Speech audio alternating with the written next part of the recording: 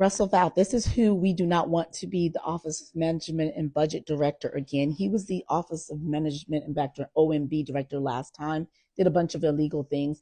He had his Senate confirmation hearing this last week. I'm going to play on the other side of this video clips from it. I'm going to play Tim Kaine calling him out for saying in a speech, and I'll actually play the speech before, that he wants federal workers to be traumatized. He wants them to wake up and not want to go to their jobs.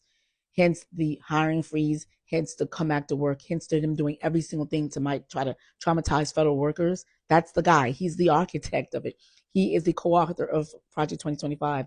I'm also going to play on the other side some secret tapes. He was caught on video, listen to the whole thing, saying that Project 2025 and Donald Trump, they're all one and the same. And he said, never mind that Donald Trump is going to be saying that's not part of it. He is part of it. So whenever you see MAGA out there saying Project 2025 is not the same thing, it is the same thing. It might have been recrafted as America First or whatever. It's the same thing. And he said so. Russell Fout said so. He was caught. Well, someone filmed him secretly saying that he wants America to be a Christian nationalist nation. He doesn't like immigrants from non-Christian nations coming to the United States. He's essentially said a bunch of stuff during that secret tape. He thought he was talking to some donors at the time, and they recorded him, and it's leaked.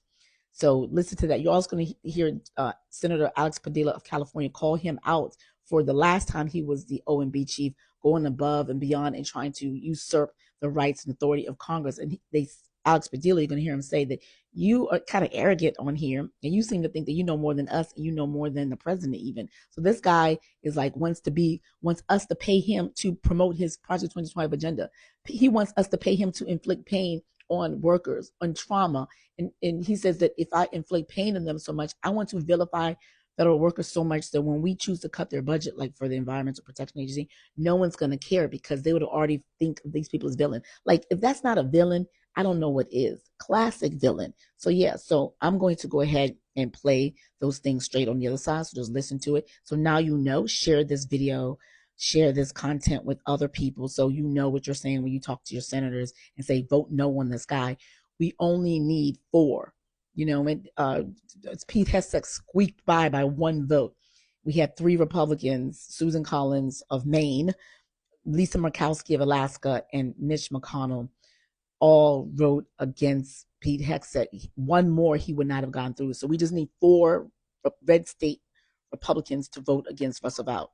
And hopefully that guy, what's that guy? The guy who's been like flaking out on us, the Democrat, forgot what's his name, who had cancer. We had his back. I forget his name, and he just went AWOL.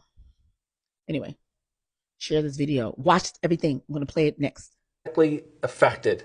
We want, when they wake up in the morning, we want them to not want to go to work because they are increasingly viewed as the villains. We want their funding to be shut down so that the EPA can't do all of the rules against our energy industry because they have no bandwidth financially to do so. We want to put them in trauma. That got a lot of attention when you said, we want bureaucrats to be traumatically affected. When they wake up in the morning, we want them to not want to go to work because they are increasingly viewed as the villains. We want people to be traumatized. We want people to be traumatized. I've heard 1 million people in this room give speeches about we want to cut the budget, we want to reduce federal spending, want to deal with the deficit, but I haven't heard anybody give a gleeful speech about traumatizing the federal workforce. You don't want federal air traffic controllers going to the airport traumatized, do you, Mr. Vogt? No, Senator. You don't want the people inspecting our food, our medicine, our infant formula as federal. You don't want them to go to work traumatized, do you? No, Senator. You don't want the people interdicting drugs at the border. You don't want them going to work traumatized, do you? No, Senator. And you don't want people who are working for you at the OMB. You want the federal workforce to be traumatized. You were the president of the Center for Renewing America, and the think tank produced a 2023 budget proposal calling a commitment to end woke and weaponized government. 104 pages of details to end woke and weaponized government. And it proposes deep cuts to the SNAP program. Is providing nutrition assistance to low-income kids woke and weaponized? I want to know what's woke and weaponized about providing food assistance to low-income kids. Propose deep cuts to Pell Grants. Is helping kids pay for college and helping their families, is that woke and weaponized? Again, I'm not here to defend the Center for Renewing I America's get it budget. that you're not here to defend that work product, and I can understand why. You propose deep cuts to Medicaid for millions of low-income families. Why is that woke and weaponized?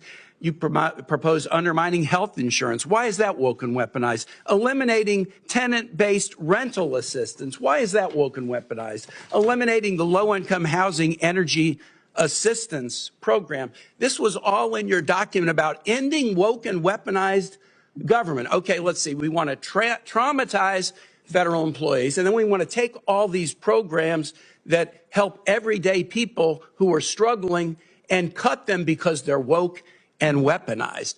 Those are your words, not mine.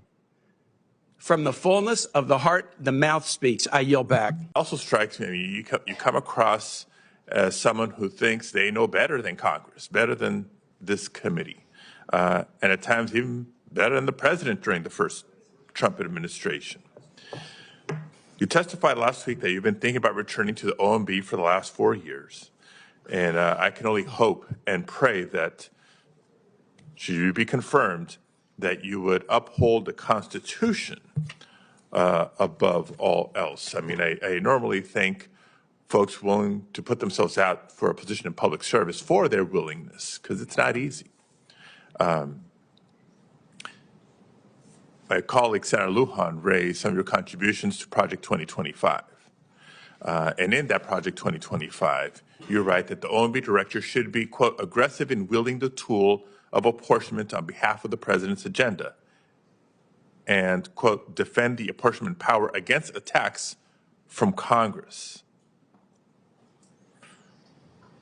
It's particularly striking that there's so many members of this committee that seem eager, anxious, ready to vote for your confirmation when there's a clear disregard and disdain for Congress's appropriation authority. Frankly, Mr. Chairman, I know you're one of the appropriators. Wish you would join us and try to drive home this point, because it's setting the stage for how we will be working together over the next 4 years. I have to take this opportunity to echo Senator Peters, who raised a specific concern during your hearing in the Homeland Security Committee last week, outlining the fact that your record is particularly concerning for disaster-impacted states, given your previous unlawful actions to politicize, withhold, and slow the distribution of disaster or even foreign aid. So my question to you is this, Mr. Vogt: if confirmed, will you or will you not politicize disaster funding and deny funds provided by Congress for American families and businesses that have been devastated by natural disasters? Senator, I would not politicize the dispersing of federal funds in any capacity. Well, that's great to hear, because you say you're going to implement the president's agenda, and I've been paying very close to his remarks since the outset of the devastating fires in Southern California these last few weeks. I'd like to ask you, Mr. Vogt, will you commit to getting congressionally appropriated funding out to Californians devastated by these fires as quickly as possible? Senator, this president has always been a firm distributor of federal resources to areas that need disaster money.